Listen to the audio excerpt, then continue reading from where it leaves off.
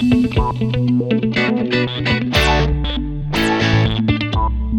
akong magagawa, Bettina. Binigyan ng mami mo si Ramon ng authorization para magpalakad ng mga kumpanya at gamitin lahat ng mga ari-arian na pinundar ng ama mo. Sinusunod ko lang ang kanyang kagustuhan. Kailangan tayong makahanap ng pruweba para mapatunayan na nilulustay ng lalaki niya ng pera ng papa ko. Yung sapat na ebidensya para maikulong ang lalaki niya. Bettina, hindi ganyan kasimple. I never thought it would be that easy. But you can do it for me, can't you? Pinagkatiwalaan ka ng papa ko. Hindi lang bilang isang abogado, kung hindi bilang isang kaibigan. If you can't do it for me, at least do it for my father.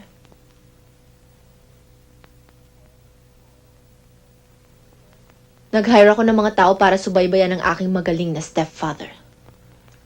Subaybayan? Sa anong dahilan? Para malaman ko kung saan napupunta at kung sinong nakikinabang sa mga perang kinukurakot niya sa mama ko.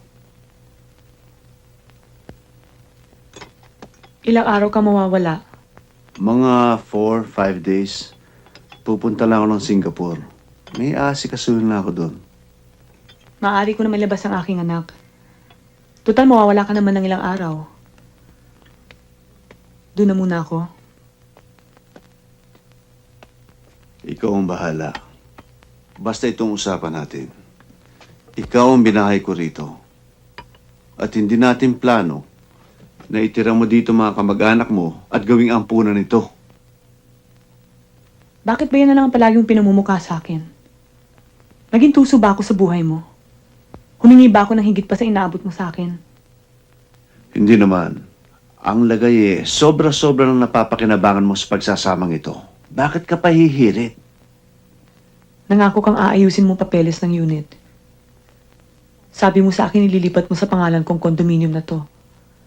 Pero tuwing tinatanong kita, palagi mong iniwasan ng subject. Naniniguro ka na ba na kung sakaling magkahiwalay tayo, busog na busog ang tiyan mo? O baka naman naiisip mong magbagong buhay? Nagsasakripisyo rin ako para manatili dito. Siguro. Pero baka nakakalimutan mo. Ako pa rin ang gumagastos sa pagpapagamot sa anak mo. Sulit na nga ang serbisyong binibigay mo sa akin. O baka nga, ikaw pa itong may utang. Tao rin ako na nakakaramdam. Sinasabi mong bang mahal mo ako? Clara naman. Just a word of warning. Oras na umabuso ka o ginawa mo akong tanga, pupulutin mo ang iyong sarili kung saan kita dinampot.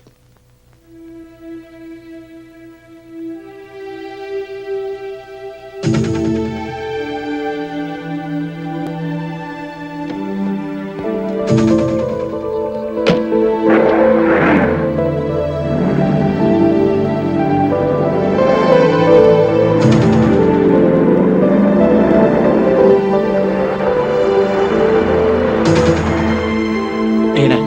Tara. Iniimbestigahan namin ang may-ari ng condominium unit na ito. Nasa pangalang Ramon Santamaria. Pero yung nakatira dito nagngangalang Clara Santiago. Siya bang babae? Sino pa? Attorney?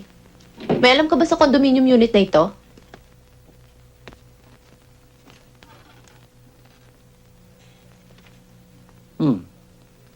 He purchased that condominium 3 years ago.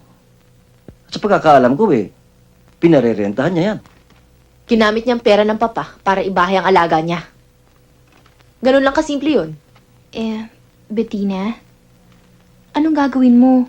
Kung pera ng papa ang ginamit, pwes, may karapatan akong harapin kung sinong naninirahan lang doon. Attorney, ginawa mo na ba yung nire-request ko sa'yo? Bettina, pag nalaman ni Ramon yan, Huwag kang matakot. Akong mananagot.